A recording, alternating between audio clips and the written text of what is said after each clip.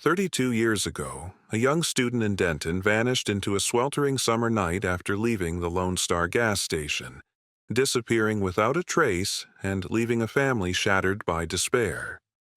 Authorities at the time suspected a man who had been seen hanging around Evan's workplace, but with no body, no solid leads, and the investigation quickly went ice cold. Yet, for 3 decades, relentless investigators never gave up, clinging to the hope that one day new technology would let them see what 1993 could not. Then, one day, while re-examining long-lost evidence, they spotted a tiny, seemingly meaningless detail, one that had been forgotten for 31 years, but powerful enough to turn the entire case upside down in ways no one could have imagined. Before we dive into this shocking story, let us know where you're watching from. And if you love solved cold cases, don't forget to hit subscribe.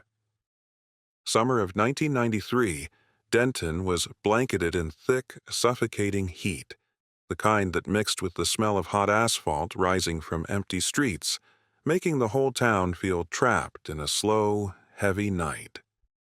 Evan Marshall, 22, left the music store where he worked late that evening, locked the door behind him, and walked out to a nearly empty parking lot lit only by the faint yellow glow of a few streetlights. He got into his red Toyota Corolla, started the engine, and pulled out of the University Drive area like any other night. But something about the way he quickly glanced over his shoulder, then ducked down to unlock his car, made that final image stick longer than usual in the minds of the last people who saw him. On his way home, Evan stopped at the Loner gas station, a small rundown place sitting alone in an open lot, lit only by the pale blue glow of its single sign. The old analog camera mounted under the awning captured grainy, noisy footage. Evan walked in, bought a bottle of water, stood still for a moment, then turned to look outside, his eyes fixed on a patch of darkness the camera couldn't reach. In that one moment, visible only on the degraded tape, a second vehicle briefly flashed at the edge of the frame, a vague streak of light, not clear enough to identify, but enough to suggest someone was watching. Evan returned to his car, closed the door, turned on his headlights, and drove off. That was the last time anyone ever saw him. When morning came, Evan wasn't in class as usual, didn't return to his apartment, didn't answer any calls, and the bed he slept in every night was still perfectly made from the day before. Friends tried calling, but only heard ringing in an empty room. The uneasy feeling quickly turned into real alarm as an entire morning passed with no contact, and no one knew why he had vanished without a single trace. By that point, his family, already worried and sensing something terribly wrong, called the Denton police. To them, this silence wasn't just a delay. It was a clear sign that something had happened the night before.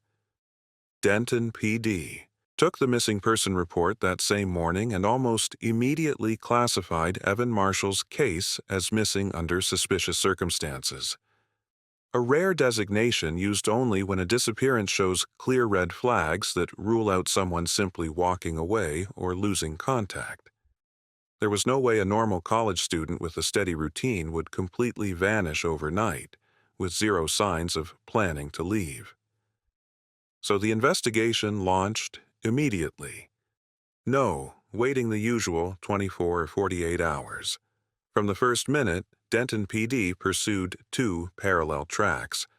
The first gathering and re-examining every detail of Evan's final sighting from the music store on Hickory Street to the Loner gas station where the blurry analog footage was recorded.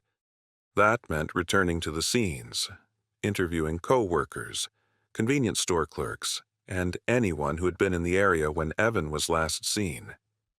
They looked at how he left work, whether he seemed off, who was near the door when he locked up, and whether anyone left right after him. The second track, verifying his route out of Denton by checking old traffic cameras, nearby store cameras, and statements from anyone on the main roads around University Drive and Loop 288 that night. In 1993, this was brutally hard. No modern street cameras, no GPS, no cell tower pings. Everything relied on murky analog tapes that barely showed the shape of a car and on human memory. Police rounded up the last people who saw Evan that night. A female coworker said he seemed to want to get out of work faster than usual, didn't hang around to chat, didn't stop at the vending machine like he normally did. The gas station clerk remembered Evan looking outside twice like he was checking for someone, though he wasn't sure who Evan might have been watching. Another person reported seeing an older car parked near the music store several nights in a row, but wasn't sure if it was there the night Evan disappeared.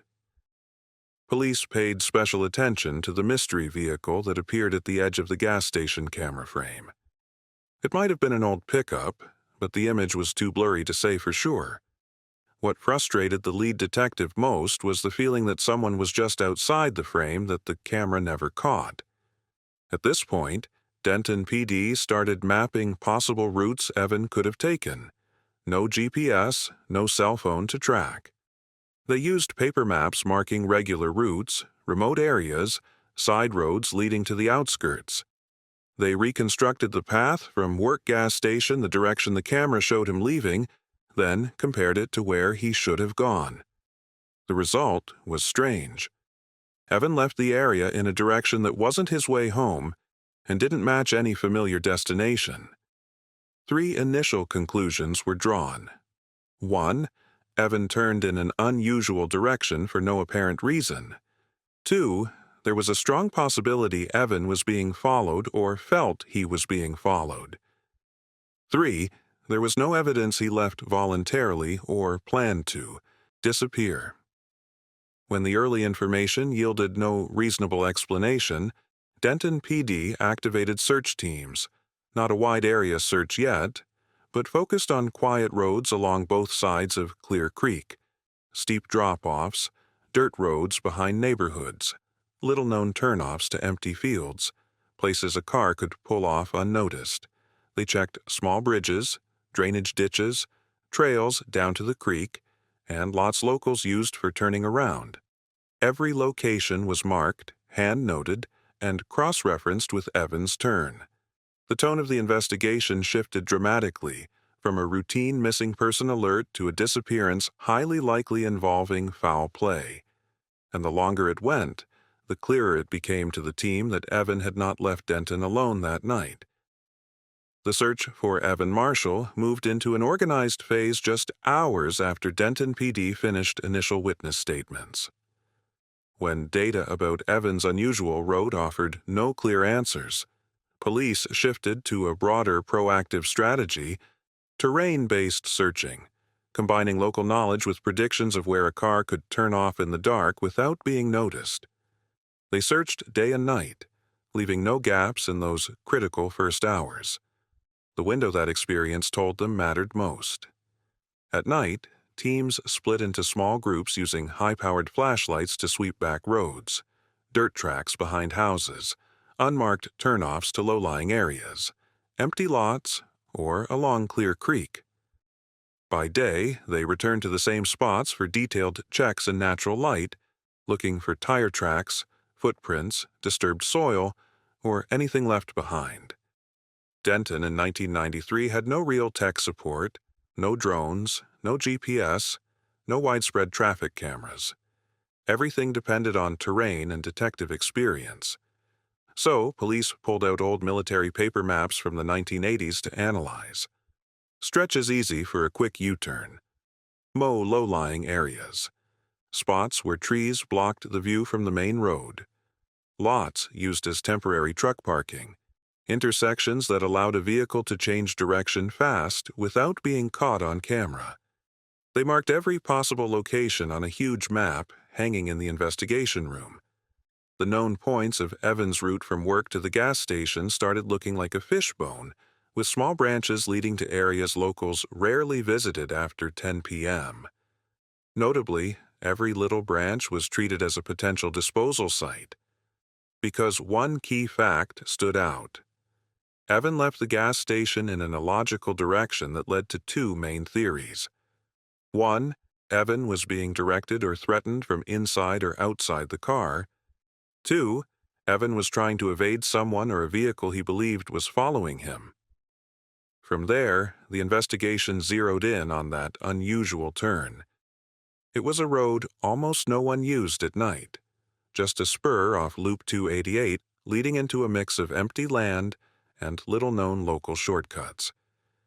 The fact that Evan either chose or was forced onto that road became the centerpiece of the search phase. Patrol teams checked every small road all along that spur. They walked narrow dirt paths, scanned every meter of ground on both sides, used metal probes and tall grass, checked embankments, water pools, small rock crevices along the creek. Yet the effort turned up nothing clear. No car, no traces, no items linked to Evan, no fresh tire marks, no churned-up dirt, no flattened reeds that would suggest something heavy had gone off the road. It was as if the Toyota Corolla and Evan had never passed through those places at all. Their disappearance started taking on an eerie quality. No physical evidence, no signs of a struggle, no witness who saw Evan get out of the car. When every broad search effort came back empty, investigators had to face the most unsettling possibility that the unusual turn was where the trail was deliberately broken. Their map was narrowed down, no longer scattered across dozens of roads, but focused on a core suspect zone along the branches leading to Clear Creek and the small roads around it. There, they believed the answer, or at least the first real clue, was waiting. But at that moment, all they had was one empty truth. Heaven turned that way and vanished, leaving no trace to follow. The expanded searches on the first day found no clear signs, forcing Denton PD back to the only solid starting point they still had: the people who saw Evan Marshall in his final hours. Detectives began systematically collecting statements, trying to determine whether anyone noticed anything unusual or saw something the blurry gas station camera missed. The first and most important statement came from the Lone Star clerk. He described Evan as a regular, easy to recognize because of his tall, skinny build and polite manner. But the night Evan disappeared, the clerk insisted Evan was completely different from normal. He came in faster, said less, and most strikingly before paying. Evan kept turning to look out the glass door, staring toward the dark patch the outdoor camera didn't cover. The clerk said it was like someone was standing out there and he was trying to figure out if they were watching him. When asked if he saw anyone by the pumps or in the lot, the clerk wasn't sure. The light was bad, but I think another car slowed down and then left. This was the first statement that matched the blurry vehicle at the edge of the camera frame. Still, it wasn't specific enough to identify the car or the driver's behavior. Next, police canvassed residents around University Drive, people who routinely traveled or worked late. The first key statement came from a middle-aged man living north of campus. He said around midnight he saw a red car, very much like Evan's, speeding north toward wide-open land and roads leading out of town. The man couldn't be 100% sure it was Evan's car, but the color and model were very similar. Police marked this as the first plausible direction, one that hadn't appeared on their initial search map. Yet, just hours later, they got a completely contradictory statement. A woman living near Hooper Road said around the same time she saw a red car like a Corolla stopped in a small dirt lot behind her apartment complex. According to her, the car sat completely still and silent for a few minutes, then turned on its headlights and drove off in the opposite direction, south. This was the exact opposite of the previous witness who said Evan went north. Both statements could not be true at the same time, and the investigators knew it. This is when Denton PD had to seriously factor in a critical element of every witness-based investigation. Human memory is not a reliable measuring tool. Memory is affected by lighting, timing, emotion, distance, and especially the template people subconsciously apply when recalling later. A red Corolla, extremely common back then, was easily confused with dozens of others on the same roads. A car sitting quietly at night could belong to anyone. A car speeding in the dark could be misjudged in color, speed, and direction. The Denton PD detectives began treating these as possible false memory statements, a common issue when witnesses weren't actively focused on the event as it happened. To test them, they returned to each location. The witnesses mentioned in the northern area where the man saw a car speeding. The terrain was open, roads poorly lit, tire tracks overlapped everywhere. Nothing indicated a red Corolla had turned in there the previous night. At the dirt lot near Hooper Road, police found multiple overlapping old tire marks, but nothing clear enough to pinpoint timing. Detectives faced the reality. No evidence definitively proved Evan went either way. The conflicting statements started pulling the case in tangled directions. Some detectives tried to rationalize that maybe Evan changed direction multiple times, or the car's witnesses saw only resembled Evan's. But one thing grew clearer. The unusual turn remained the most solid detail in the entire timeline. Evan left the gas station in an illogical direction, and the contradictory statements only reinforced one fact. The car had vanished from normal roads into terrain, where neither cameras nor light existed. In the end, police fell back on the only conclusion they could trust at that point: the likelihood that Evan turned toward the Clear Creek area, or was forced to remain the central line of investigation, no matter what any witness claimed otherwise. This was the moment the investigation, already hampered by lack of physical evidence, truly slipped into the fog of human memory and conflicting possibilities, making the task of following Evan's trail harder than ever. 2 days after Evan Marshall was reported missing, the tension in the temporary command room at Denton PD had turned into palpable pressure. Paper maps covered in red ink turnoffs hung on every wall. Search teams worked rotating shifts, sweeping every rough patch of ground between University Drive, Loop 288, and Clear Creek. But despite combing the area night and day, they had found nothing. No sign that Evan or his red Toyota Corolla had ever been there. It wasn't until early on the second day, when a group of local volunteers working with police extended the search another mile along the edge of Clear Creek, that for the first time in 48 hours, they saw something that made everyone stop dead. In the middle of an empty field where low grass had been crushed into a distorted shape, sat a dusty, faded red car parked crookedly to the right in a spot no normal driver would ever choose. As the blurry letters of the license plate came into focus, no one needed further confirmation. It was Evan's Toyota Corolla. The location where the car was parked immediately raised red flags. This lot wasn't near any main road, and wasn't a place someone would pull over for a quick rest. It was deep in wasteland, reached only by turning onto a narrow, steep, barely visible entrance from the main road. From a professional standpoint, this was not a place someone voluntarily parks. It was a place to hide something. The car sat crooked near the edge of the lot. Nose pointed outward, but tilted as if the driver had stopped in a hurry or under stress. There were no signs of mechanical failure, no obvious skid marks suggesting an accident, and nothing to indicate it had been left there randomly. Police immediately sealed the scene, strung yellow tape, and ordered everyone to keep their distance. Every camera documenting the scene was required to focus on the vehicle and surrounding area, following strict protocol for a missing person case with criminal elements. One young detective glanced at the car's position and muttered, "There's no reason a normal person would choose to park here." None at all. In the hot, dusty air, investigators began circling the vehicle.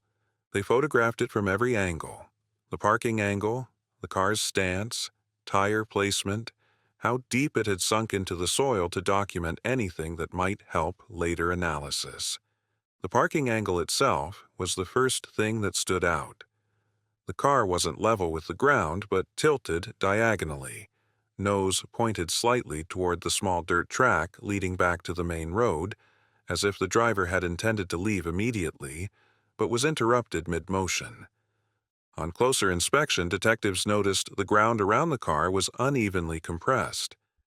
That could have been from the car pulling in, but it could also have been footprints or something dragged across the dirt. However, daylight and dry soil made those signs hard to read. The more they looked, the more certain police became this location did not fit Evan driving in on his own.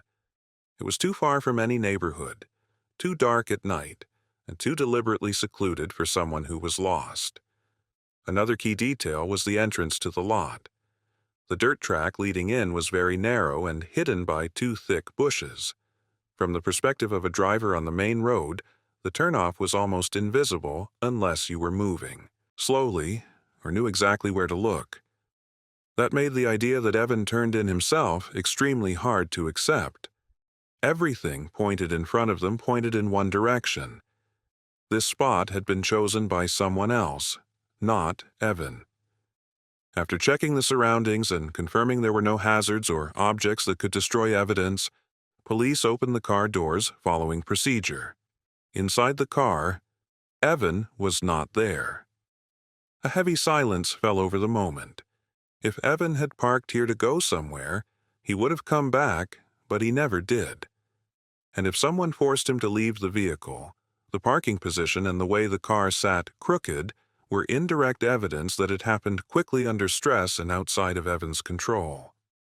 At that point, Denton PD no longer treated this as a routine missing person case.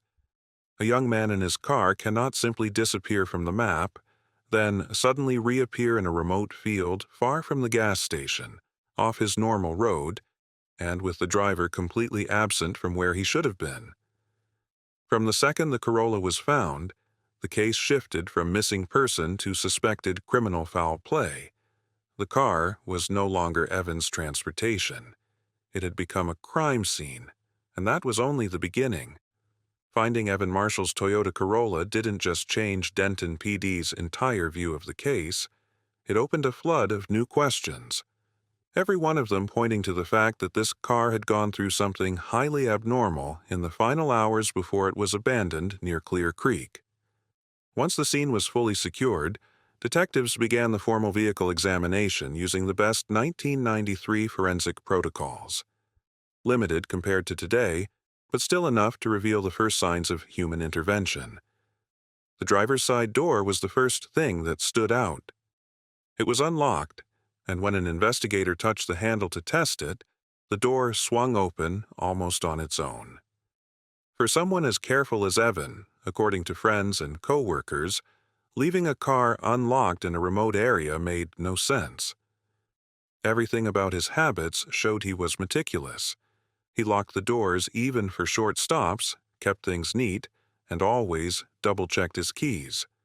The door being wide open immediately pushed the teen toward the theory that Evan was not the last person to exit the vehicle. But the oddities didn't stop there. The driver's seat, which Evan always kept pulled fairly close to the wheel because he was tall but slim, was now pushed all the way back, much farther than he ever used it. A seat pushed back is a classic sign that someone else with a different height or driving preference had sat in the driver's position. One detective leaned in, measured the distance from the seat edge to the steering wheel, and wrote in the report, "Current position does not match the described habits of the regular user." Next to the seat, the interior rearview mirror was twisted to the right, as if the person inside wanted to watch behind them at a different angle, or simply didn't care to put it back. One investigator peered at the passenger seat and remarked, "Nobody leaves in a hurry and bothers to slide the seat all the way back and twist the mirror like this. That's the mark of a different driver." When flashlight swept the floorboard right beside the gas pedal, something small protruded from the gray carpet. A crumpled piece of tape about the size of a thumbnail. It was dusty and lying loosely as if it had fallen from someone's clothing or an object they were carrying.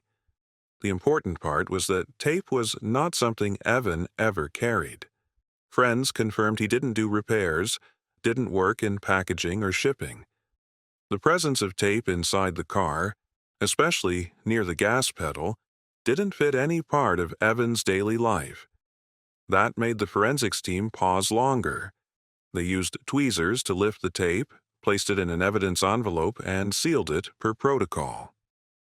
But in 1993, DNA analysis from adhesive was impossible. They could only preserve it and hope for future technology.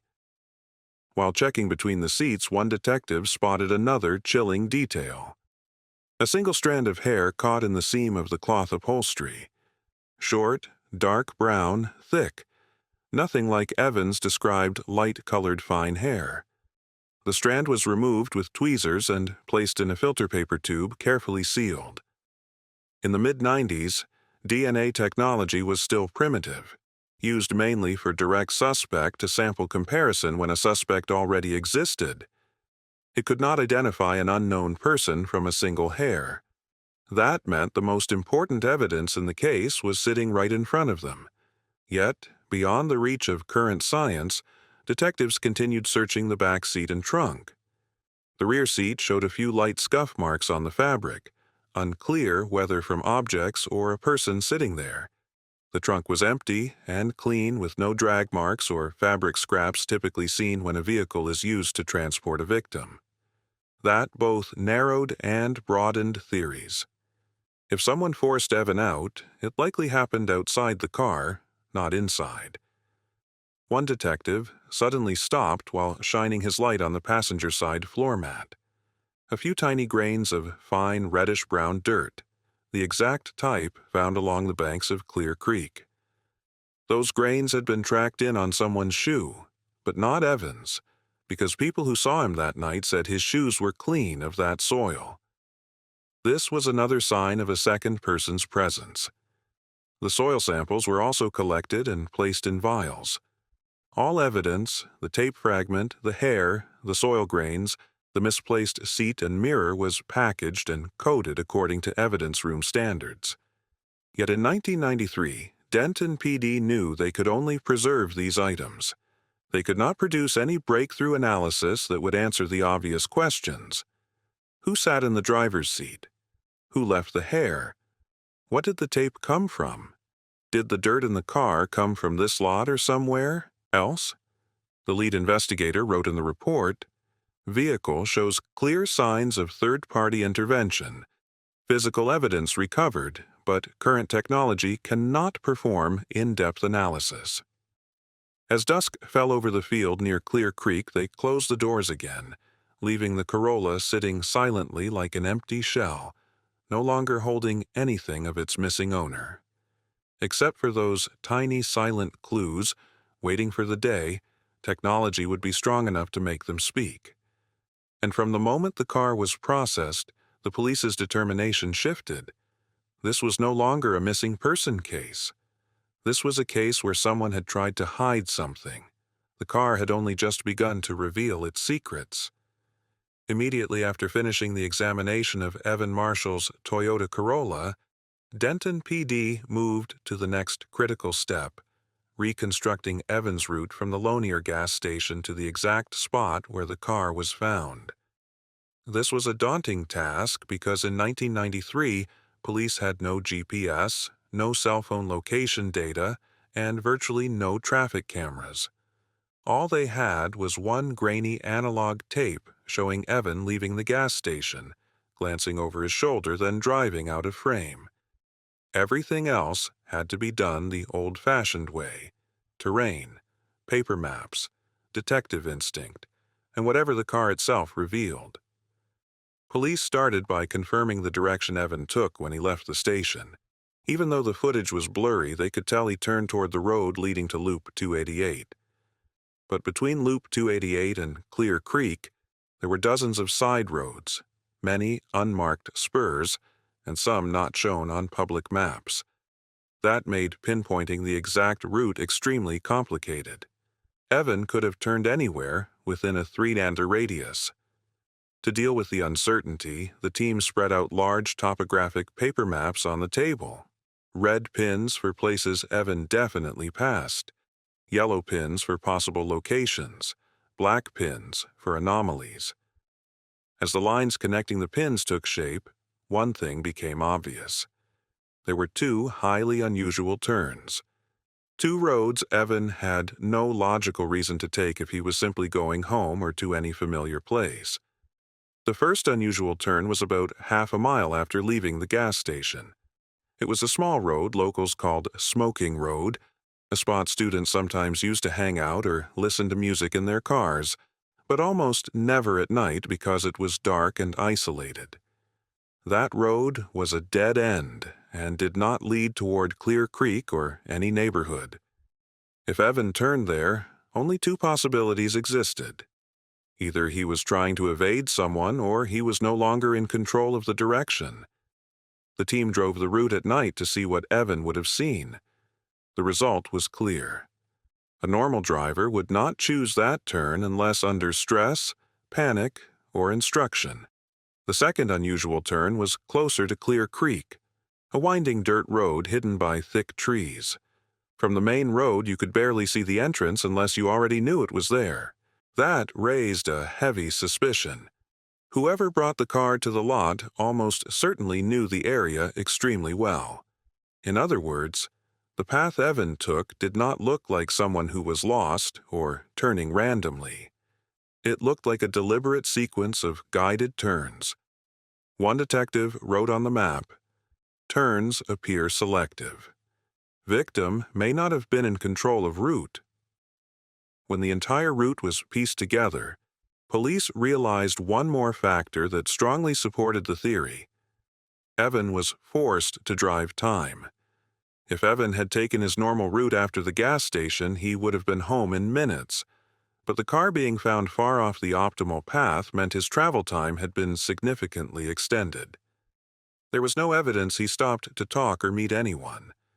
So the only explanation for the delay was that his car had been driven on multiple illogical segments. That added weight to the possibility Evan was being followed or controlled through threat. Even though the camera never captured clear proof, these findings made detectives watch the gas station footage over and over. Evan's face was blurry, but the way he glanced out the glass, the quick turn of his head before walking out, everything suggested he sensed something wrong. One detective said if someone was following him, the first turn was him trying to lose them. The second turn was where they wanted him to go. Besides studying Evan's behavior, police analyzed terrain for the ideal spot. Someone could control a victim's route. Clear Creek was dense, full of unlit dirt roads, perfect for hiding a car or forcing someone to pull over. The investigation's paper maps grew dense with pencil lines tracing trails, circles around possible force stop points, and notes like unusual soil load, narrow road, no sightline from main road. The initial conclusion the team reached after hours of work, the Corolla did not find that lot by itself. It was led there. And if the car was led there, Evan almost certainly was not the one at the wheel in the final minutes before he vanished. This was a pivotal moment in the investigation, from analyzing the route and the two unusual turns. Police began to picture a second hand in the story, an invisible hand that had interfered with Evan's journey and erased him from the town as if he had been wiped off the map. The investigation finally had direction, but there was still no evidence of who had taken Evan there or what happened to him after the car stopped in the Clear Creek lot. Analyzing the route and the two unusual turns did not give Denton PD a specific identity, but it made one truth crystal clear. Evan had not been alone in his final minutes. Someone else, whether a stalker, blocker, manipulator, or abductor, had definitely been on the road between the gas station and Clear Creek. So, police moved to the next line of inquiry, building a viable suspect list based on every individual who had shown suspicious presence in the area the night Evan disappeared. This required combining witness statements, local criminal records, night patrol reports, 911 calls, and tips from residents around University Drive. From that approach, an initial list of 27 people was created. Through screening, eliminating unrelated individuals and those with solid alibis, the list was narrowed to 12 viable suspects. Each was marked in different colored ink on the wall map corresponding to level of suspicion, known locations, and access to Evan that night. The first suspect emerged almost immediately, a man with a history of disorderly conduct who frequently hung around the music store where Evan worked. In his file, he had been warned for harassing customers and was often seen loitering near the store around closing time. One employee had said he stared at people leaving the store like he was looking for someone. That made him impossible to ignore. However, at the time, there was no evidence placing him directly with Evan the night of the disappearance. The second suspect owned an older pickup truck that multiple witnesses reported seeing around the music store in the nights leading up to Evan's disappearance. The description matched the blurry vehicle at the edge of the Lone Star gas station camera frame, making the truck's driver a high-priority target. He lived only a short distance away on a small road south of campus. When questioned, he denied being near the music store that night, but no witness could prove otherwise. Meanwhile, a neighbor confirmed the pickup often came and went late, sometimes parking across from the store as if watching someone. The third suspect was more complicated, an individual who left Denton just days after Evan vanished, claiming a sudden job transfer to Oklahoma. When police tried to contact him for clarification, he was cooperative, but offered no real explanation for why the move happened exactly when Evan disappeared. Moreover, no one who knew Evan ever mentioned this person as a friend or coworker. That raised the question, was leaving town mere coincidence or a way to escape scrutiny? Besides these three standout suspects, 7 others made the watch list for various reasons. A man previously arrested for stalking a female student in the area. A person-known car sleeper often seen near Clear Creek. A group of young men who regularly raced at night on Loop 288. A homeless man who frequently wandered near the gas station. A truck driver who had stopped at the station around the same time. A man with minor violent prior living a few blocks from the road. And one individual, the gas station clerk, described as standing outside the store too long without buying anything. Denton PD created temporary files for each last known location, opportunity to access Evan at vehicle-owned match or non-match with the blurry pickup on video, suspicious behavior in the nights before Evan disappeared. Much of this phase relied on opportunity rather than direct evidence. With no cameras covering the entire route, police had to determine who was most likely to have encountered Evan, either by chance or design. One thing was clear. The 2 unusual turns, believed not to be Evan's choice, became the centerpiece of suspect vetting. People familiar with the terrain around Clear Creek were prioritized higher. Of the 12 suspects, 5 lived or worked near the dirt roads leading to Clear Creek. 3 owned vehicles matching the blurry pickup description. 2 had histories of disturbance or harassment around University Drive. And 1, the man who suddenly left town, had no strong alibi. From an investigative standpoint, the list wasn't overly long, but it was heavy with pressure because each person carried their own possibility, their own window to interfere with Evan's path. Police knew they could not haul all 12 in for deep interrogation immediately. That would tip their hand and give the real perpetrator time to cover tracks. Instead, each suspect was placed in a circle of suspicion based on the risk they represented. The detectives hung this list right next to Evan's route map. They used red ink for suspects with similar pickups, blue for those seen repeatedly near Evan's workplace, black for those with suspicious timing or actions. Though no one stood clearly above the rest yet, the team could feel that at least one name on that list held the key. And if they didn't identify someone soon, the scene at Clear Creek with the abandoned car and its signs of tampering might remain the only evidence they ever had. While the person responsible had already vanished from Denton, the same way Evan had vanished from everyone's lives. When the list of 12 suspects was finalized and the team began trying to connect each one to Evan's unusual turns, that was exactly when the case veered into the chaotic phase typical of missing person investigations. The probe got pulled off track by red herrings and false sightings, stalling the entire process.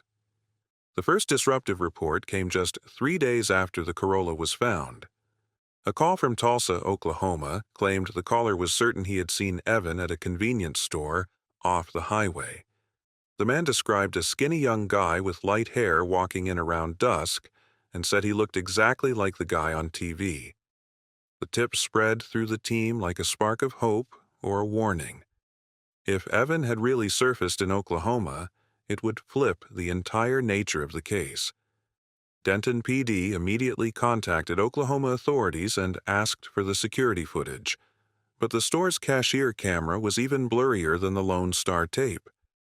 The person in the video only resembled Evan in build and hair. The face was unrecognizable, and the timestamp was useless because the store clock didn't sync. After 3 hours of analysis, the lead detective snapped. Can't confirm, can't rule out, but odds are it's someone else. In reality, it was a textbook case of wishful misidentification. The caller thought he saw Evan simply because the story was all over local news. Yet, in that moment, the team still had to burn time and manpower chasing a lead that ultimately went nowhere. Next came an even noisier sighting.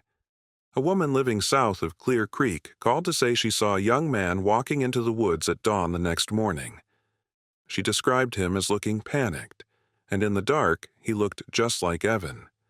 When police arrived, they swept the entire trail.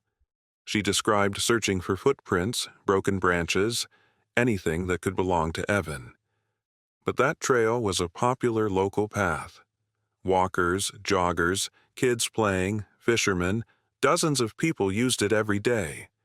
There was no sign the person seen was Evan. No dropped items, no clear direction, just overlapping footprints from dozens of people over several days. When detectives went back to pin down the exact time, the woman faltered. I think it was that night, or maybe the next night. I'm not sure anymore. The statement was nearly worthless. Yet it still ate up almost a full day of searching a small patch of woods along the creek. A day the team could have spent mapping routes or narrowing suspects. The false leads started piling up as if the whole community had gotten swept up in the story and everyone was seeing Evan somewhere. One person claimed to see him walking along the highway. Wrong.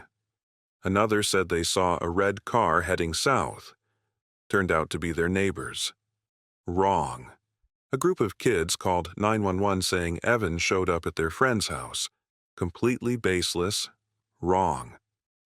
Every report had to be checked, and every time the team added another dead-end branch to the map, the pressure grew heavy. Time was making details harder to verify. Witnesses who were once fuzzy were now completely unreliable. Any physical traces, if they ever existed, tire tracks, footprints, dropped items were fading under weather, wind, and new grass. One young detective said in a briefing, "We're chasing our own shadows." The remark was pessimistic, but dead on. The team wasn't getting any closer to who met Evan that night. No trace of Evan after he left the car. No new physical evidence, just words and floating rumors, most of it wrong. And all of it led to the conclusion the team had to accept. The case was stalled. No real progress. What they knew was still only Evan left the gas station, appeared on camera, took an unusual turn car, was found. Evan vanished. The false sightings and red herrings only highlighted one thing.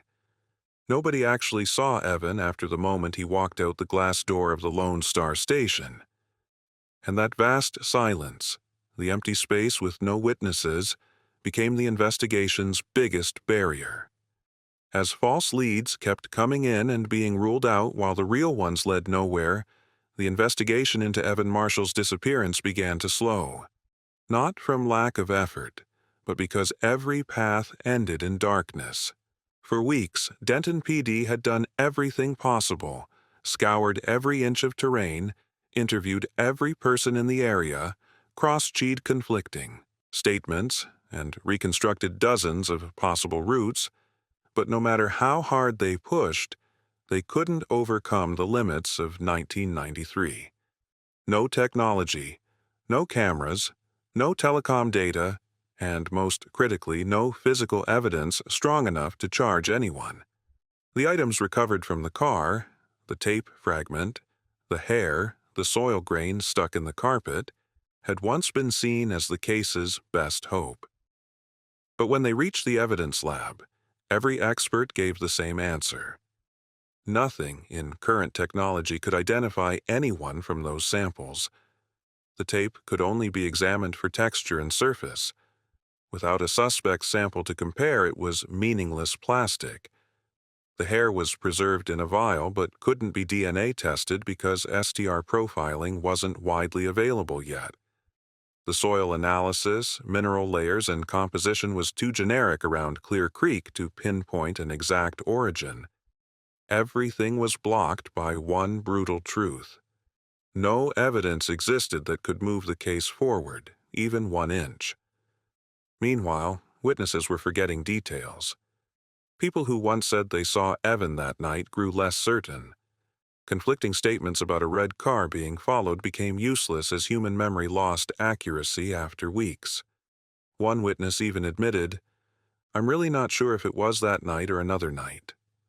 With every detail questioned, every lead discarded, the case grew more fragile. As Denton summer faded into fall, the search volunteers drifted back to normal life. The missing Evan Marshall posters on telephone poles began to fade under the Texas sun. Calls claiming, "I saw Evan tapered off." The community pressure eased, not because people stopped caring, but because they were facing the reality that Evan might have fallen into something darker than anyone wanted to imagine. In the investigation room, the huge wall map had become a symbol of frustration, red lines for routes, circles around possible car sightings, arrows for the unusual turns, all still exactly where they were pinned weeks earlier. Not a single pin had moved in nearly 2 weeks. The team held a final meeting to assess. The lead detective opened the file, placed it in the center of the table, and said slowly, "We're out of leads. Every direction has been checked. No physical evidence, no direct witnesses. Evan hasn't surfaced. The car is the only crime scene we have, but it's not enough." No one in the room wanted to admit it, but they knew he was right. What they held were chains of theories with no way to prove them, and the law wouldn't let them keep digging deep into the 12 suspects without clear physical or legal grounds. Then came a serious blow: evidence storage error. During an internal cross-check, police discovered that several samples, including one evidence bag containing soil tape and small debris, had been misfiled into an unclassified storage area mixed with evidence from a burglary case. It didn't destroy the items, but it broke the chain of custody and jeopardized future courtroom admissibility. That mistake only added to the frustration. All of it led to the conclusion no one wanted to hear. Evan Marshall's case had to be moved to cold case status.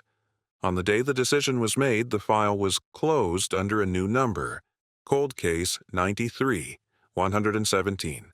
That cold number was stamped on the thick folder and placed on the shelf of the unsolved cases room, where only 3 other cases from that year were stored. The silence in the room as the file went on to the shelf felt like a heavy declaration that everything possible in 1993 had been done. But the era wasn't on their side. Technology wasn't on their side. And there was nothing left to chase. Evan Marshall disappeared. The case slipped into darkness. And from that day forward, his story became a mystery no one believed would ever be solved. But Evan's car and the nameless tape fragment, hair and soil grains, remained quietly in storage, waiting for a time when they could finally speak. In the weeks after Evan Marshall's file was officially reclassified as Cold Case 93-117, Denton PD conducted an internal review, not to find new clues, but to understand why they couldn't crack the case in 1993. As each detective sat down, every report was reread, every video rewatched. One truth became clear. The case didn't fail because of lack of effort. It failed because of the limits of the era. 1993 was not the age of modern forensic technology. It was the awkward transition between old-school manual methods and the forensic revolution that would explode in the following decade. And Evan Marshall unfortunately vanished right in that narrow crack. The first blind spot: analog cameras.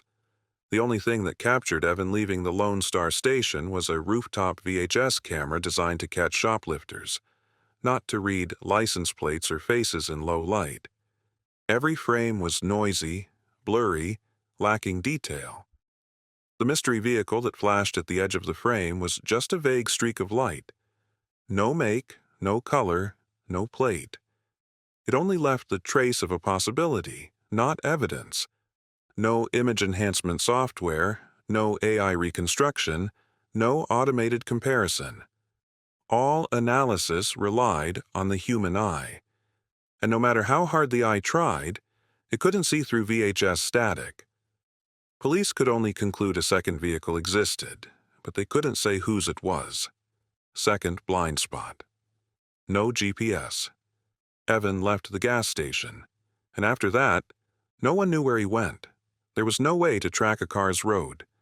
In 1993, unless someone saw it, or it left physical marks, fresh tire tracks, crushed grass, scraped dirt. But with the wild terrain around Denton and several days passing before the car was found, those marks either never existed or were gone. If Evan disappeared today, police could trace the route via the car's GPS signal, cell phone data, cell tower pings, traffic cameras along the roads. But in 1993, none of that existed. Evan vanished into the dark gap between two cameras, and that gap became a black hole. 1990. Technology couldn't illuminate. Third, blind spot, no cell tower pings. If Evan had a modern phone, one network connection, one missed call, one text would have placed him in an area. But in 1993, cell phones were still a luxury. Evan didn't have one. That made him a no-signal person, a ghost who left no digital trail. All location analysis relied on guesswork. Fourth blind spot. DNA was almost useless for this case in 1993. The tape fragment on the carpet might have held the suspect's skin cells. The hair in the seat seam could have identified whoever sat there after Evan. But in 1993, CPAR profiling wasn't common. There was no national CODIS database yet. No touch DNA extraction, no genetic genealogy, and DNA testing was slow and usually only for direct suspect comparison. That meant, without a suspect to match, the samples stayed silent forever. All the carefully collected evidence became silent bubbles, not enough to charge anyone. Fifth blind spot. Lack of comparison data. Many of the 12 suspects had no criminal records or only minor ones. So, no DNA was on file. Even if police suspected someone, they had no way to confirm or rule them out. Open door, pushed back seat, twisted mirror, strange soil tape, hair, all disconnected dots that 1993 technology couldn't connect into a picture. Sixth blind spot. No terrain analysis tech. In later years, police could use a LAR to detect compressed soil, ground-penetrating radar to find buried objects, 3D modeling to reconstruct movement, software to analyze driving patterns and flag unusual turns. But those tools didn't exist or weren't used. 1993 detectives had boots, flashlights, and paper maps. With blind spots stacked on blind spot, the case became a maze with no exit. The review's conclusion was recorded in a short but haunting line. It's not that we didn't find the perpetrator, it's that the era wasn't able to let us see the truth. Evan Marshall was swallowed by the gap between two generations of technology, and the case became one of the mysteries shelved where it sat for 31 years, waiting for the world to change enough to come back for answers. Who drove Evan's car to Clear Creek? Who left the hair? Who was outside the camera frame? All those questions were sealed inside a thick folder labeled Cold Case 93, Wonder 17. No answer, no justice, only time and the unavoidable limits of 1993. 3 decades passed since Evan Marshall vanished from Denton. Time didn't erase the file, but it coated everything in a thick layer of dust, literal and figurative. In early 2024, the Texas Rangers announced the creation of a dedicated unit for long unsolved missing person cases under the Cold Case Unit. Among dozens of files recommended for re-examination, one name stood out. Cold Case 93, 117, Evan Marshall. A case long thought forgotten, yet its 31-year silence made it the perfect candidate for a modern resurrection. One March morning in the Austin Evidence Archives, the Rangers officially began pulling the entire 1993 file, identifying anything missing, overlooked, or misfiled. They had no idea that just hours later they would stumble onto one of the most crucial pieces of evidence in the entire case, a piece Denton PD in 1993 never even knew they had lost. The review started like any standard audit. Rangers opened box after box, checking labels, matching case numbers. But they quickly noticed something odd. The 1990s storage system was inconsistent. Files were mixed together, ignoring date or number order. Some cases were filed under unidentified bodies, others under lost property. Back then, Denton PD was short on staff and proper storage space, so files were crammed into large bins, minimally sorted, sometimes double-sealed. One ranger, flipping through a 1994 burglary file, found 2 sealed evidence envelopes stapled to the edge, despite the notes on the envelopes having nothing to do with burglary. On the outside was written temporary evidence, hold process later. No case number, no signature, just one handwritten line in half-faded ink. M. The ranger frowned and called over a colleague. E.M. Evan Marshall. The envelopes were opened on camera under modern protocol. Inside was an old evidence bag, the clear plastic kind used in the early 90s. Though yellowed with age, the label was still legible. Case #93, miter 1/17, property soil, sample tape fragment fiber hair date, July 1993. The archive room went dead, silent. One ranger blurted, "Wait, this bag isn't in the 93-117 file we got from Denton." He was right in the file Denton PD transferred to Austin in 1996. This evidence bag was completely missing for over 30 years. The only item with any chance of holding suspect DNA had been mistakenly filed with a petty theft case. This was the biggest twist the case had ever taken. No one knew how it happened.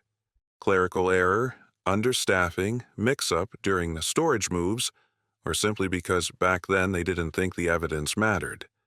Whatever the reason, the fact remained. The 1993 evidence had never been analyzed. It had simply been lost. The Rangers immediately resealed the bag, recoded it under modern standards, and rushed it to the Texas Department of Public Safety DPS lab for initial evaluation. While reviewing the accompanying paperwork, they found one detail that stopped the whole team cold. A slanted note dated July 15, 1993. Not enough technology to test store for future analysis, but future never came because the bag got lost in a burglary folder. Absent from reviews in 1994, 1997, 2001, and 2010. The cold case unit leaders sighed, "We just found the piece the entire city of Denton didn't know they dropped." The old evidence, despite decades in storage, was still perfectly sealed, unopened, undamaged. That meant the tape fragment might hold suspect skin cells. The hair might contain root DNA. The soil could contain distinctive pollen, and microscopic dust could point to the real first stop, not just where the car was abandoned. Everything 1993 called useless had just become forensic gold. That same day, after the bag was recovered, the Rangers called Denton PD. Denton was stunned. No one currently on the job had ever known the key evidence was missing. One veteran from back then, when asked, could only say, "We thought the tech couldn't do anything with it. Never imagined it got lost." Within 48 hours, the cold case unit finished inventorying every item tied to Evan's case. They found a few more small old envelopes in another box that once belonged to the case, but had been separated during transfers.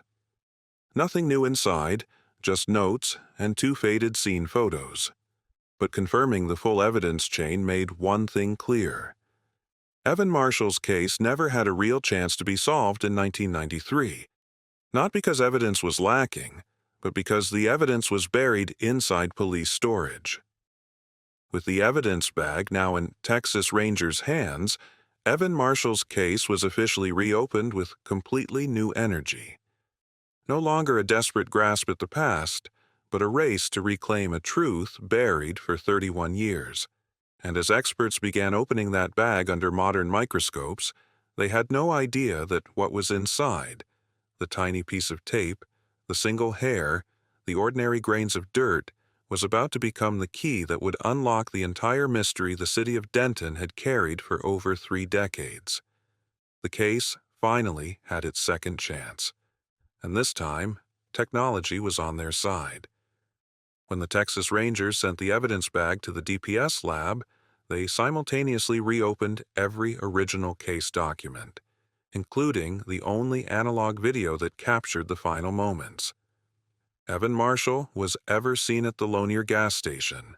That old VHS tape had once been Denton PD's most valuable evidence in 1993, yet also its most useless noisy footage, blurred edges, lighting so poor Evan's face was just patches of light and shadow.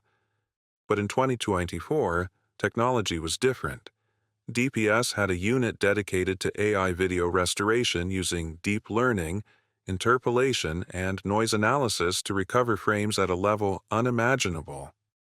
In 1993, as soon as the experts received the VHS, they began the digitization process, converting analog signal to HD digital grain noise reduction, edge sharpening, motion estimation from blurry frames, dark area reconstruction using AI trained on millions of samples.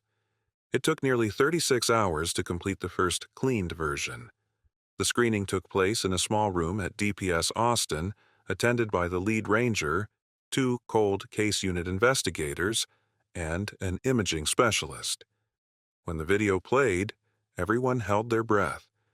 For the first time in 31 years, the image of Evan's final night was clearer than any previous version. Evan walked through the gas station glass door. No longer a dark silhouette, but a sharper figure. You could see the color of his shirt, hair length, even the way he shoved his hands in his pockets. The AI experts nodded. We recovered 60–70% of the original information. But the real focus wasn't Evan. It was outside the frame, where the old camera had only caught a faint streak of light. When AI boosted contrast and reconstructed the frame edges, the lead investigator leaned forward. Zoom in on the right. There's something there. The specialist zoomed and sharpened. A shape emerged. The front end of a pickup truck, no longer a meaningless dark blob. AI revealed. Dark color, likely navy or black. Boxy front, typical of 1980s-90s trucks. Grille style of older Chevrolet or GMC, square headlights, higher ride height than Evan's sedan. Cross-referencing vehicle data from the era, the specialist confirmed. Most likely a Chevrolet CAK or GMC Sierra 1985-1992. But what silenced the Rangers wasn't the truck's shape. It was the moment AI reconstructed the vehicle's motion from streetlight reflections. The pickup didn't just appear. It slowed to a crawl exactly when Evan walked out, as if it were watching, as if it were waiting. One investigator whispered, "No way, that's coincidence." The specialist then zoomed further on the front bumper and plate. Texas 1993 plates were white letters on dark green. In the original video, the plate was just a bright smudge. But after AI rebuilt light and pixel-by-pixel motion, finally, two characters emerged. Not complete, not perfectly sharp, but unmistakable. 7H, the second and third characters in the plate. The lead ranger immediately called the Texas DMV database. Within hours, DPS ran a query for all pickups Chevrolet SED and GMC Sierra registered in 1993 that contained 7H anywhere in the plate. Results: 14 vehicles statewide, a shockingly small number. From thousands of pickups on Texas roads that year, only 14 matched all three criteria at once. Correct model: old Chevy CA GMC2 dark color 3-plate containing 7H. The mood in the screening room shifted dramatically. 3 decades earlier, the case had crumbled because of one blurry streak of light. Now, from a 6-second clip, AI had narrowed the suspect pool from thousands of vehicles to 14. One ranger sighed, heavy yet relieved. If only Denton PD had this in 1993, then whispered, heaven might not be a cold case. The investigators quickly built files on the 14 pickups. 4 belonged to owners now deceased. 3 had been sold with no record of prior owners.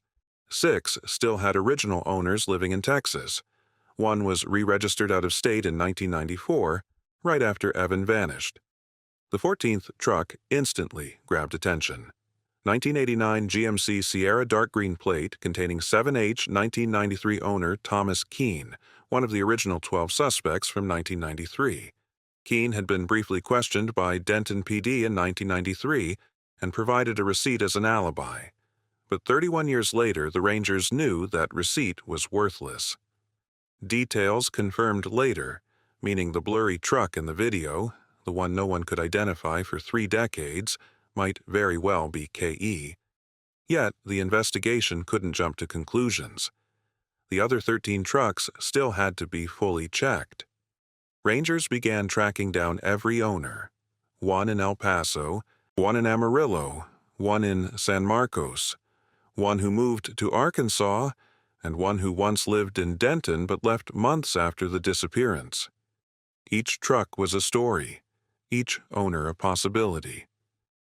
But only one pickup, the dark green GMC Sierra owned by Thomas Keene, was in the right place at the right time, matching the Lone Star video perfectly.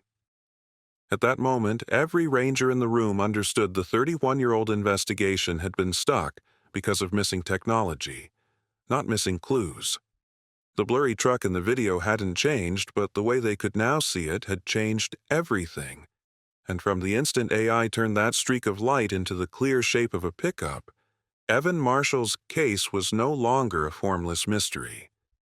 It had shape, it had direction, and it had one name starting to glow among the 14 files: Thomas Keene. The investigation was about to enter its most critical moment since 1993. The blurry image from that night had come back to life, and this time it would lead them to the truth. Restoring the gas station video had given the Texas Rangers a short list of vehicles and one standout name: Thomas Keene. But the investigation couldn't rest on a blurry image, a partial plate, an old witness memory. To move forward, they needed physical evidence, something 1993 couldn't analyze, but that after 31 years had become the sharpest weapon in modern forensics DNA. The newly recovered evidence bag, the tape fragment, the hair, and the soil was rushed to the Texas Department of Public Safety DPS Crime Lab. Experts prioritized the tape fragment first because it had the highest chance of containing touch DNA. Skin cells left when someone handled, tore, or stuck the tape. They carefully separated the adhesive from the dusty surface, then used forensic swabbing to collect trace DNA. 2024 technology could extract a profile from just a few remaining cells. Impossible in 1993. The sample went into a modern STR analyzer. When the results appeared on screen, the lab went silent. The tape carried male DNA, not Evan Marshall's. The profile was completely unknown. No CODIS hits, not a prior offender, not anyone previously sampled. An unidentified male, but exactly the answer the Texas Rangers had waited over 3 decades for a stranger, had been inside Evan's car the night he vanished. The lead ranger immediately drafted a report to leadership. Case requires forensic genetic genealogy. This technique, widely used only in the last decade and made famous by the Golden State Killer case, doesn't find the suspect directly. It finds the suspect's relatives. Experts uploaded the unknown profile from the tape to GED Match and another genealogy database. After obtaining the required court order, the system ran matches, then returned a list of distant genetic relatives, people sharing 1–2% DNA. These weren't suspects. They were distant cousins in the same genetic branch. After hours of analysis, the software narrowed it to a cluster of 5 profiles belonging to one family in Wichita Falls, Texas. Genealogy experts confirmed that family had no connection to Denton, didn't know Evan wasn't anywhere near the disappearance, but the genetic link meant the suspect had to be from the same lineage, most likely a cousin or nephew of that group. From there, DPS and the Rangers began expanding the family tree, tracing common ancestors, building a wide family map, searching for males born 1950, 1985, narrowing by geography. In just 48 hours, the names surfaced. Thomas Keene was in that branch. Genealogy results confirmed the DNA on the tape matched someone in the Wichita Falls lineage. And of all males in that lineage living in Texas in 1993, only one had ever lived or worked near Denton, Thomas Keene. From the original 12 suspects, 14 pickup owner, the genealogy family cluster, finally only one person met every condition. Owned a dark 80s 9Ns pickup. Plate with 7H lived within 10 miles of Evan's workplace history. Of disturbances suspected of hanging around Evan's store, multiple nights left, Denton for a while, then returned and now genetic profile matching the tape DNA.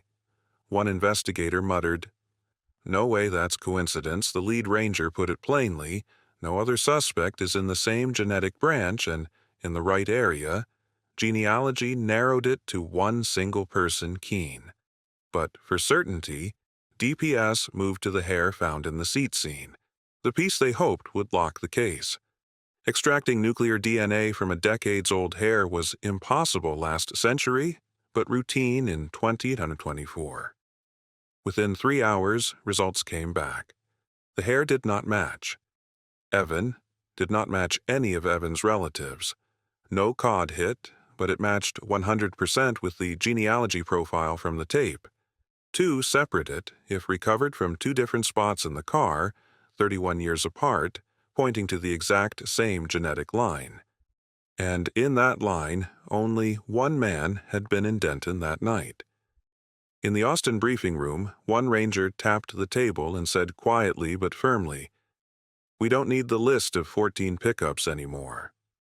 Another replied, "We have one suspect, Thomas Keene, but to charge him, they needed the final piece connecting Keene not just to the tape and hair, but to Evan's journey." The case, dormant for 31 years, had just been reduced to a single target. And from that moment, the investigation was no longer a search for answers. It was a close pursuit of a man who had lived 31 years beyond suspicion. In the weeks ahead, every Texas Ranger eye would be on that name. A name Denton PD in 1993 never had the science to confront Thomas Keene. Once genetic genealogy narrowed the suspect pool to one man, The Texas Rangers immediately pulled every personal record on Thomas Keene. Records Denton PD had once deemed insufficient for detention in 1993. And as they re-examined them, they quickly realized something that technology, procedure, and the era had all missed. Keene never actually had an alibi. He only had a piece of paper that had fooled everyone for 31 years. In 1993, early in the investigation, Keene was questioned because a co-worker reported him hanging around the music store where Evan worked. He was 28, lived a few miles outside Denton, and owned a dark green GMC Sierra, the exact type now topping the Rangers' radar. But when asked about the night Evan vanished, Keene produced a receipt from a building supply store south of Denton. The receipt showed a clear transaction time that overlapped with when Evan was believed to have left the loaner station that forced Denton PD at the time to deprioritize him as a suspect. Keene said, "I was buying stuff for a home project. I remember because I was working late that day. Denton PD verified the receipt. It had a store stamp, cashier signature, and no reason to doubt authenticity. Plus, 1993 payment systems were primitive. There were no electronic logs to double-X check. Detectives had to accept the receipt as valid alibi." Keene cleared suspicion, though he remained flagged in red ink in the file.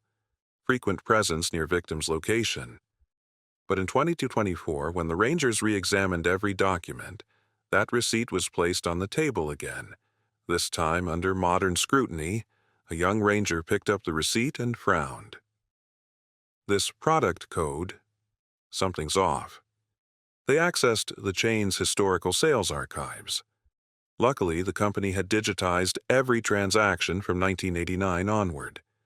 A store technician was brought in to check. In minutes, he pulled up the exact product code printed on the receipt, item 1357. He said immediately, "Impossible. That code didn't exist in 1993. It started being used in September 1994. The briefing room froze. The lead ranger asked slowly, "You're saying this receipt couldn't have been printed in June 1993. Exactly, it couldn't." They dug deeper. The store code printed on the receipt belonged to a location that didn't even open until 13 months later, July 1994. Meaning the receipt Keene used to prove his alibi was printed in the future, not the night Evan disappeared. This completely destroyed the only shield that had kept Keene out of serious suspicion. All those years. One ranger wrote in the internal report, "No remaining doubt. The alibi receipt is fabricated or misdated." Keene's whereabouts the night Evan Marshall vanished are unknown. The investigation shifted hard when the Texas Rangers re-entered the former employee from the store, who was still alive and willing to talk. He confirmed one more critical detail. The 1993 receipt format was completely different. The POSO system back then didn't print product codes, only descriptions. In other words, the receipt Keene produced didn't belong to 1993, neither technically nor visually. The Rangers obtained search warrants for all of Keene's old documents and belongings. In a box in his garage, they found a stack of old receipts from various years, many crumpled, some showing signs of erasure. But the most striking item was a small notebook with calendar-style notes. One page read, "September, Home Supply opens." That was the exact month the store began issuing the receipt format matching the one Keene had provided. Another page read, "Need proof not in Denton." The entries didn't directly confess to a missing person case, but when placed alongside genealogy DNA pointing to Keene, the pickup with matching plate characters, his prior presence near Evan's store, and a now worthless alibi receipt. Everything began forming a highly dangerous picture. The lead investigator said in the briefing, "Keene isn't just a suspect. He's the only suspect who matches DNA, vehicle, location, and suspicious behavior. But the case needed more. Keene had to be proven present at Clear Creek or physically linked to Evans' car.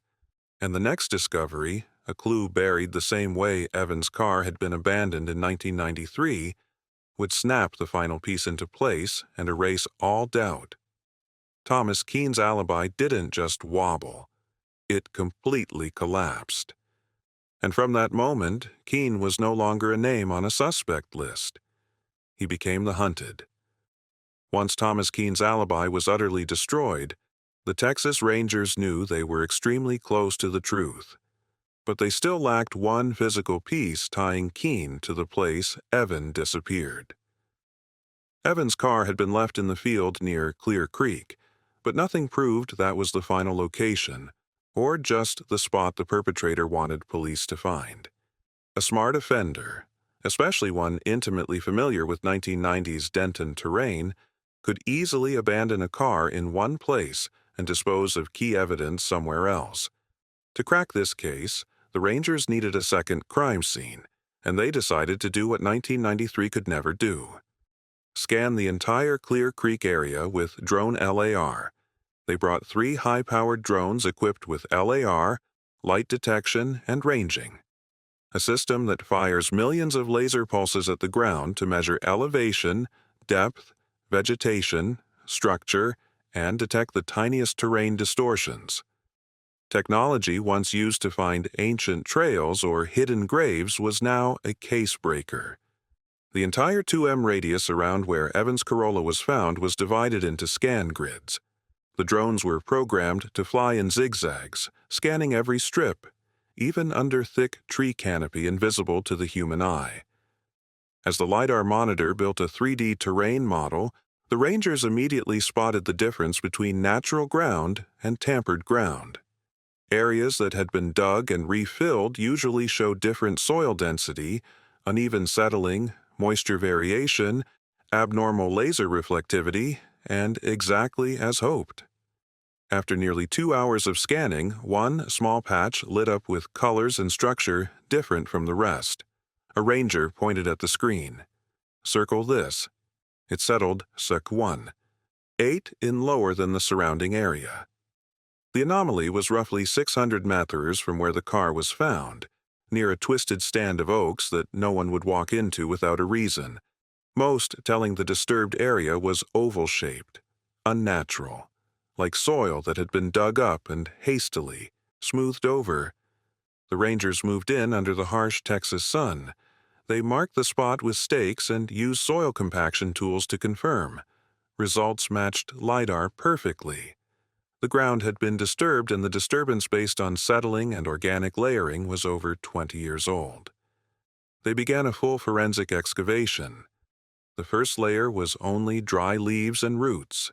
The second held the red clay typical of Clear Creek, and when the third layer came up, one investigator suddenly froze, drew a sharp breath, looked into the pit, and whispered, "I see metal." A small round piece of metal glinted in the sunlight. Once cleaned, the familiar shape emerged.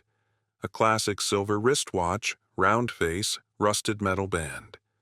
The Rangers immediately called Evans' family. Confirmation was instant. It was Evans' watch. He wore it all through college. He never took it off. Before anyone could process it, another investigator shouted from the edge of the hole, "There's plastic. Looks like a library card." Sure enough, in the next layer, they uncovered a University of North Texas library card. Faded plastic sleeve, but the name still legible. Evan Marshall. The team fell silent for several seconds. No one needed to say it. This wasn't a spot where Evan accidentally dropped belongings.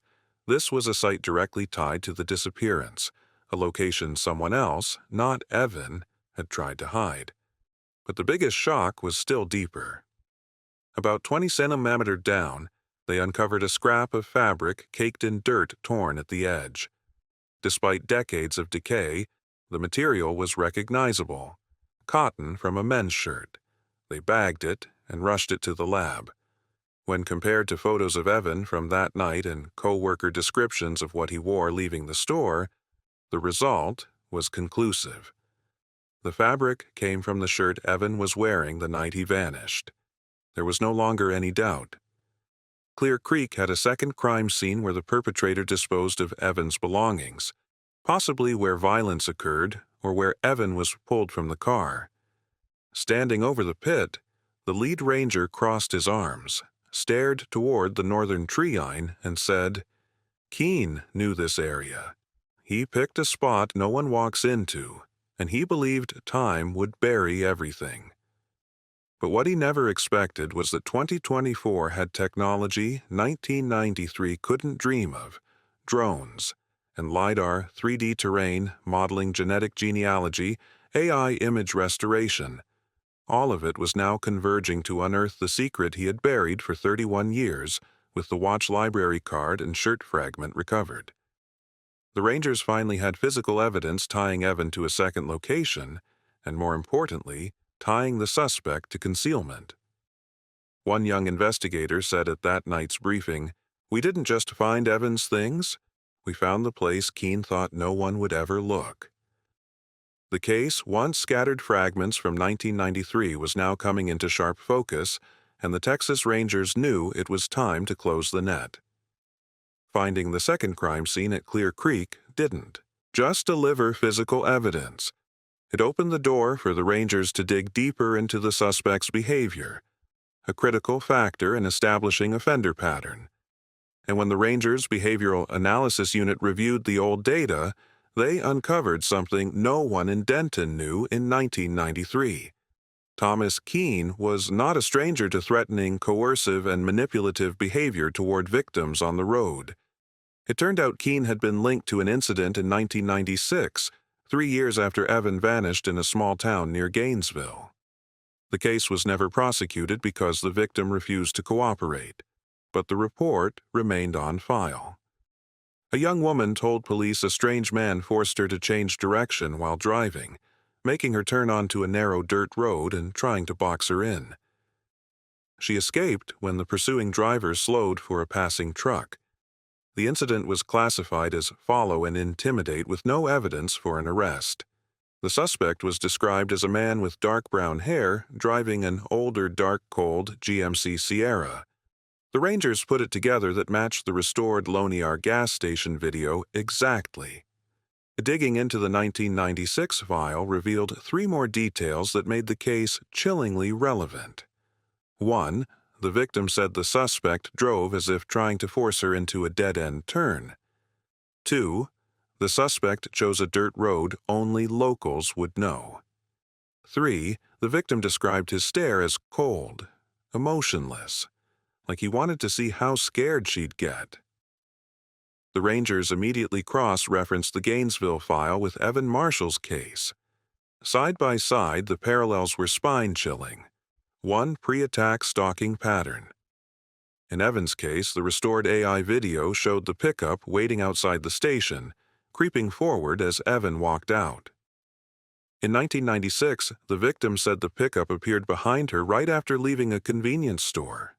Keene targeted victims in public places, followed from a distance, then closed in when they drove alone. 2. Forced routing. Forced turns. Evan made 2 illogical turns, likely under duress. The 1996 victim said, "He forced me onto an unlit, very narrow road." The coercion to alternate route pattern was identical.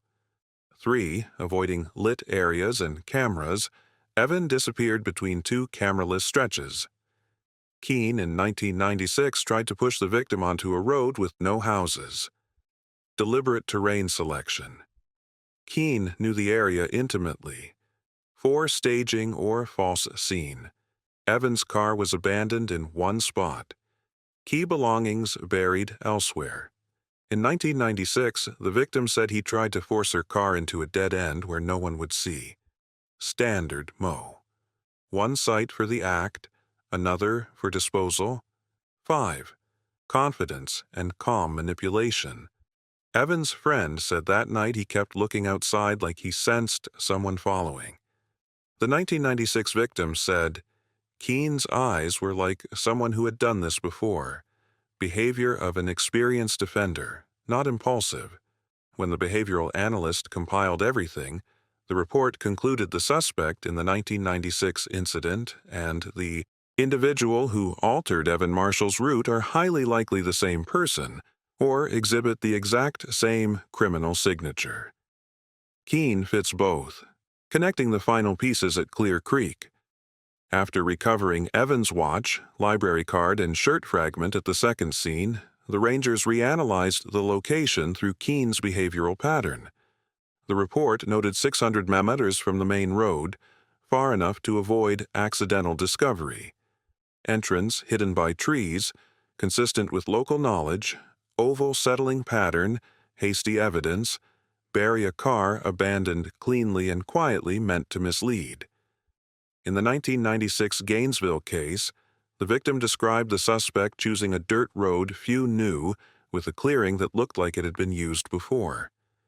That similarity prompted the Behavioral Analysis Unit to note the suspect has a pattern of using open lots or secluded areas as victim control sites, the confident predator in the dark. Keene's behavioral profile takes shape when asked to build the offender profile based on Keene. The Rangers experts described the suspect as follows. 1. Highly skilled at driving in darkness, repeatedly operated on difficult dirt roads with precise vehicle handling, consistent with someone who worked in repair, hauling, or mechanics. Keene's occupation, 1990-1998. 2. Actively selects targets based on vulnerability.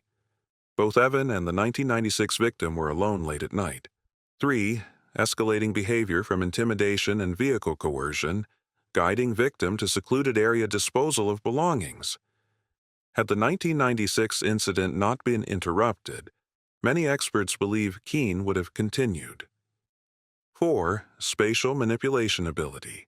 Keene knew blind spots, turnoffs in the Clear Creek area like the back of his hand.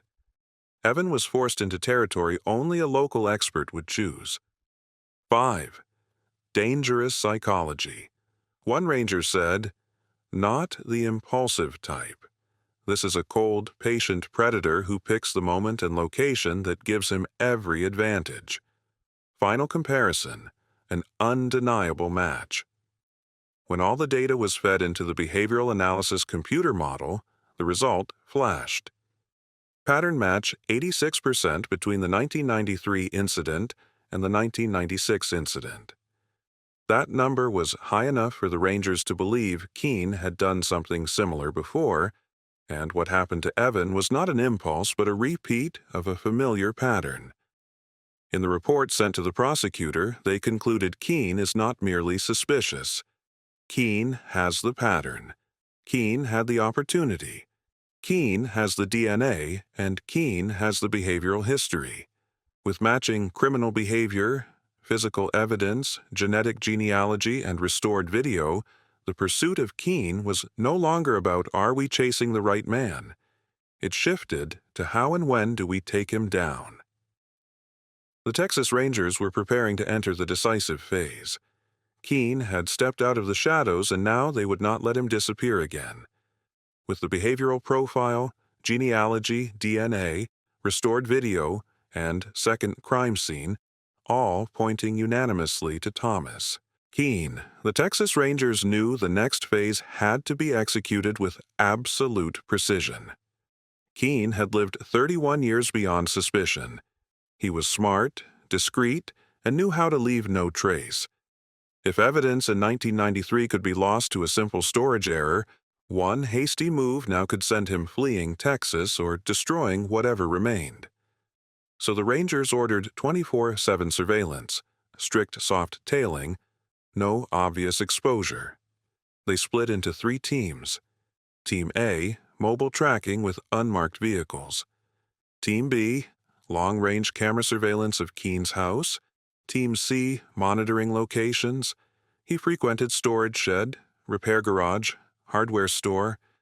Keene lived a simple, quiet life, but too quiet from an investigator's perspective. For 3 decades, he had never married, had no children, and barely any close friends. He worked freelance, fixing neighbors' cars, taking odd jobs with no contracts. That isolation made the Rangers even more suspicious.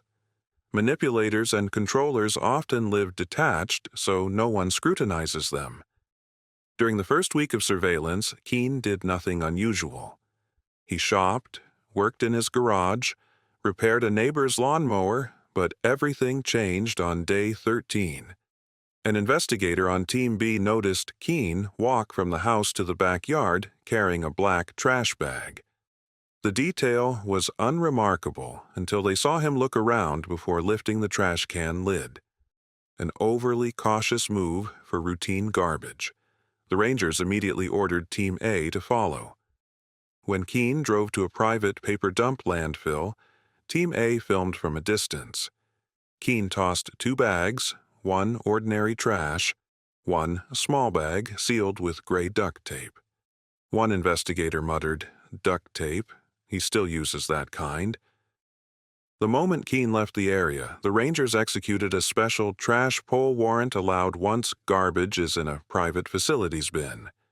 They recovered everything he had just dumped.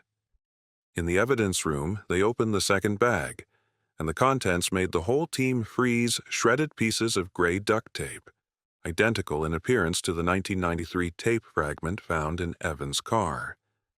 Inside the bag was also a small piece of dark green fabric, apparently cut and torn from one of Keene's work shirts in an obvious attempt to distort it. One investigator blurted, "He's destroying old stuff." The lid ranger said immediately, "Get everything to DPS. Every scrap." The fresh tape was sent to the lab where experts analyzed polymer structure, something the naked eye can't distinguish. Results came back days later. The newly recovered tape had 100% identical polymer composition, thickness, fiber density, and microscopic weave pattern to the 1993 tape. This didn't yet charge Keene, but it established one critical fact. Keene had been buying the exact same brand and production run of tape, a type that became nearly unavailable in Texas after the 2010s. One expert added, "This tape was made by a small company that stopped distribution in Texas in 1998. In other words, tape found in Evans' car." 1993. Tape Keene, just discarded 2024, came from the same rare batch. Next, they analyzed the fabric scrap Keene had thrown away. The results were even more damning. Coarse denim matching the style of shirts Keene wore in the early 90s. Residual bodily fluids on one piece sufficient for DNA analysis. DNA partially matched the genealogy profile from the 1993 tape. No match to any other known Keene family member. This created an inescapable conclusion. Keene was attempting to destroy items that could contain his own DNA. DNA matching the sample found in Evans' car. The lid ranger pointed at the report. He knows someone's closing in. No one knew why Keene suddenly decided to destroy evidence unless something had spooked him. Maybe news that the Texas Rangers were reopening old missing person cases. Maybe an article mentioning Evan, or simply a predator's instinct sensing danger. Whatever the reason, one thing was clearer than ever. Keene had kept items from the early 9s and was now trying to erase his history. In a special weekend briefing, the lid ranger told the team, "Keene doesn't know what we have, but he knows he has something to hide. This is no longer surveillance. This is a suspect reacting, and reaction is evidence." That night, Teams A and B were ordered to maximum intensity. Keene had no idea, but from now on, he couldn't go anywhere, throw anything away, burn anything, or touch anything without the Rangers recording it. The noose was tightening. Keene had just made his first mistake in 31 years. A mistake he could not undo. The Texas Rangers knew the confrontation moment had arrived when Keene began contradicting himself through his own actions, destroying items, avoiding contact, abruptly changing routines. That was no longer caution. That was fear.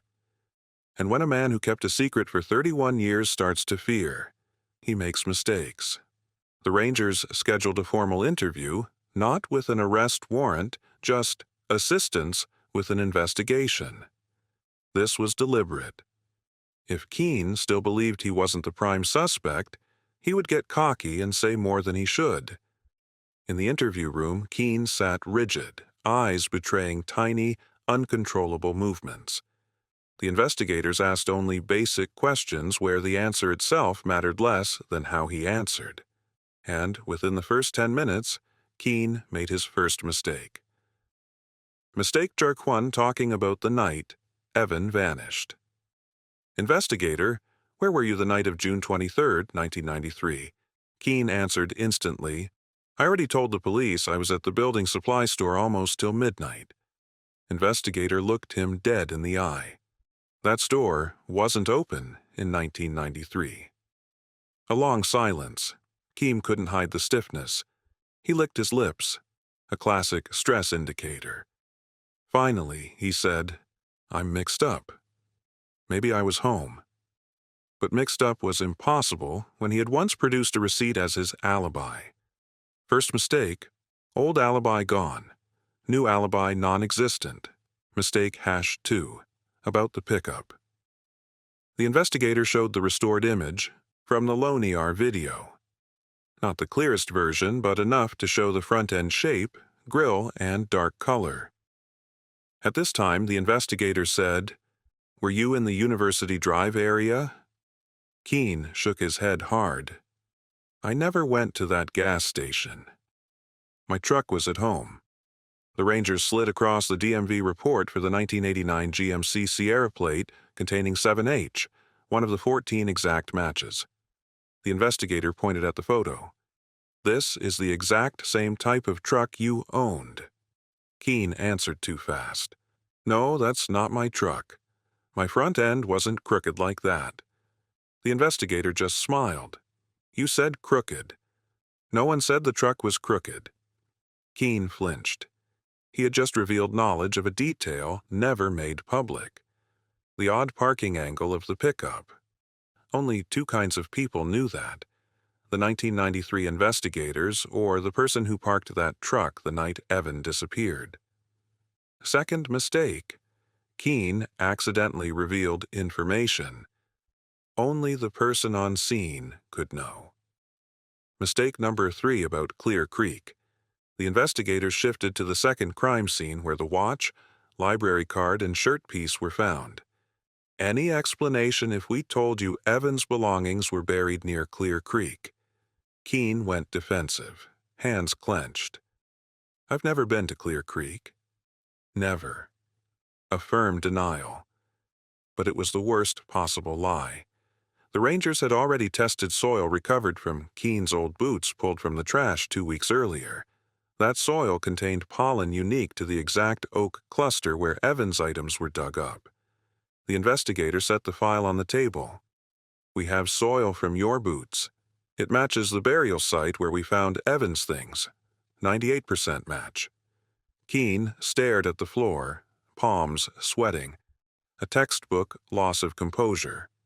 Third mistake. Denying something physical evidence could prove false. The final nail. Mentioning a detail only the perpetrator would know. In a desperate attempt to save himself, Keene uttered the sentence that would later become the turning point of the entire case. I don't know anything about the car being parked crooked like that. I didn't stop there long. The room went dead silent. The lead investigator looked up. What did you just say? Keene closed his eyes, realizing he had gone too far. He added another sentence, trying to fix it, but only digging deeper. I just heard people say the car was parked weird. The investigator opened the file, flipped to the notes. No one, absolutely no one outside. The police ever knew Evan's Corolla was parked off angle, not straight, with the wheels turned oddly. That was an internal investigative detail from 1993. Never released to the press, never in public files, never in the 1994 open records, which meant Keene could only know this if he was the one who parked that car. Rangers locked the timeline. The confrontation ended when Keene could no longer speak coherently. Every fragment of what he said was pieced together on a giant timeline board. 1. Gas station video, truck matching Keene. 2. Genetic. Genealogy matches Keene's family line. 3. LIDAR second crime scene location. Keene knew 4 newly destroyed evidence Keene's DNA. 5. 3 lies during the interview. 6. Knowledge of the crooked parking detail only the perpetrator could know. 7. No alibi. 8. Prior history of harassment and forcing drivers off route. The lead investigator said at the end of day briefing, no doubt left. He was at every single point. Gas station turned abandoned field, Clear Creek. A 31-year-old case that had once been swallowed by total darkness was now crystal clear. Evan Marshall had encountered Keene, and Keene had left far too many traces. Only one step remained. Arrest him. The Texas Rangers didn't wait another day. After the interview, in which Keene repeatedly contradicted himself, revealed internal knowledge, and accidentally admitted the crooked parking detail, a secret only the perpetrator could know. They coordinated with the Denton County DA's office and executed the arrest immediately to prevent flight or further destruction of evidence. The next morning, as the sun rose over the eastern hills of Denton, the SWAT-assisted Texas Rangers took position. Keene stepped onto his porch, holding his coffee like any other day, completely unaware that his 31 years of freedom were about to end in minutes. As he opened the door of his GMC Sierra, a voice boomed over the loudspeaker. Thomas Keene, you are under arrest by order of Denton County Court. Hands in the air. Keene froze. The coffee cup fell, shattering on the concrete. He didn't run. He didn't resist. He just stood there, eyes wide, as if he had been waiting for this moment for a long time and knew escape was impossible. Keene was cuffed and placed in the patrol car. On the ride to headquarters, he turned back to look at the pickup, the same truck that had appeared in the blurry 1993 video, now sealed, draped in a white tarp, and loaded onto a flatbed as the final witness to the truth. Phase 1. Prosecution presents the golden chain of evidence. At the press conference, the Denton County District Attorney unveiled 5 main groups of evidence, each representing a different generation of technology, yet all pointing in one direction. He called it chain of evidence, a 5-layer, unbreakable chain. 1 DNA, the core of the indictment, the prosecutor presented. DNA from the tape in Evan's car genealogy matched to Keene's lineage. DNA from the hair matches the same genetic branch. DNA from the fabric. Keene discarded partial match to the 1993 tape sample. No other male from that genetic line lived in Denton. 1990-1995, irreplaceable scientific proof. Defense counsel stayed silent. Genealogy plus touch DNA on the tape is impossible to fake or explain away. 2. AI restored video. The truck returns to testify. The prosecutor played the restored Loniar gas station footage on screen. Dark-colored pickup boxy 8s, 90s front-end GMC Sierra grill plate showing characters. 7H truck slows as Evan walks out. Truck follows. Evans turns. A juror whispered, "That's his truck." All 14 matching pickups were rechecked, but only one belonged to the sole owner with matching genealogy DNA. Keene 3 LIDAR technology that found a crime scene buried for 31 years. The 3D model of Clear Creek appeared. The unnaturally compressed area was marked in red. Excavation there yielded Evans Watch University of North Texas library card. Piece of the shirt Evan wore that night. The prosecutor said Evan couldn't bury his own belongings. And Keene denied ever going to Clear Creek, yet the soil on his boots matches 98%. Jurors nodded. Some let out angry sighs. 4. Evidence destruction. Keene incriminated himself. The prosecution showed photos and video from surveillance, Keene discarding tape identical to the type in Evans' card, ripping and burning old work shirts dumping items containing his DNA at a private landfill. Forensic experts confirmed. Tape. Keene discarded same manufacturer, same polymer batch, same microscopic characteristics as the 1993 tape. Impossible unless Keene was connected to the case. 5. 1993 timeline. Locking every lie. The prosecutor displayed a wall-sized timeline. June 23, 1993, 9 to 14. Pickup matching KE appears at the station. June 23, 1993, 9:27 p.m. Evan leaves. Pickup follows. June 23, 1993, 9:31 p.m. Evan makes two illogical turns. Forced routing. June 23, 1993, 9:40 p.m. Evan's car abandoned at Clear Creek, parked crooked. Key point: the crooked parking detail existed only in internal 1993 files. Keene accidentally repeated it during the interview. The prosecutor concluded only one person on Earth knew exactly how Evan's Corolla was parked crooked. The person who parked it after pulling Evan from the car, and that person sat in our interview room. The trial where the truth rose after 31 years. The trial began in August 2025. Over 400 people lined up outside Denton County Courthouse to watch the longest cold case in county history. The jury heard from 14 witnesses, 5 forensic experts, 2 AI video specialists, 3 LiDAR experts, 1 original 1993 investigator, now retired. When Evan's watch was placed on the evidence table, his white-haired mother broke down. When the AI video played, a juror covered their mouth. When genealogy DNA was explained, the courtroom fell dead silent.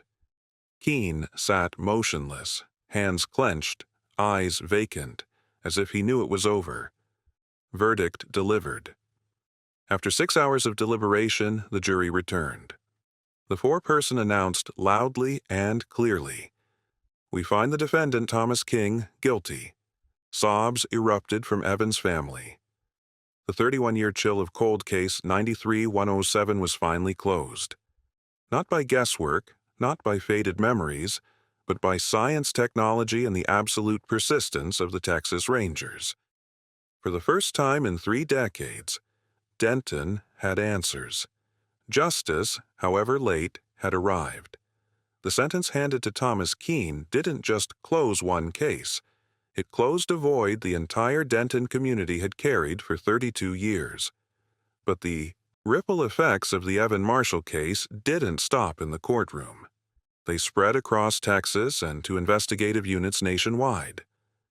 Because this wasn't just a solved case, it was historic precedent. For decades, missing person cases were considered almost impossible to prosecute, lacking a death scene, cause of death, and direct chain of evidence. Yet, cold case 931-117 did what few believed possible, solved and convicted without ever recovering the victim's body. The Denton County DA stated at the press conference, "We didn't need a body to prove the truth. We had science, we had behavior, and we had an unbreakable chain of evidence." The combination of genetic genealogy, AI video restoration, LiDAR, forensic soil analysis, and behavioral profiling created a new cold case template summarized in internal reports as *scene 1. Abandoned car, *scene 2. Buried belongings, *video chain suspect, vehicle *genealogy, DNS suspect, identity *, post-crime behavior, evidence destruction, interview, self-incriminating statements, timeline locks the entire 1993, wrote all formed a near-perfect logical structure that convicted Keene without Evans' remains. It became the standard precedent for long-term missing person cases across America. After the trial, the Texas Rangers officially added Cold Case 931-117 to the annual training curriculum for cold case investigators, behavioral analysis units, digital image restoration teams, federal forensic squads. The lesson drawn from the case is spelled out in training materials. No case is truly hopeless, only technology that hasn't caught up yet. The Evan Marshall case is now taught as a complete case study from storage error evidence misfiled with a burglary case to modern breakthroughs lidar genealogy DNA. One veteran ranger said at a conference, "If 1993 had 2024 technology, this would have been solved in 6 months." But that's not a failure of police work. It's proof of the constant evolution of investigative science. Denton received the verdict with a mixture of asterisk relief, asterisk delayed anger, asterisk and grief that can never fully heal. Those who once hung missing Evan Marshall posters in the summer of 1993 are now grandparents. Some co-workers from the store where Evan worked are retired.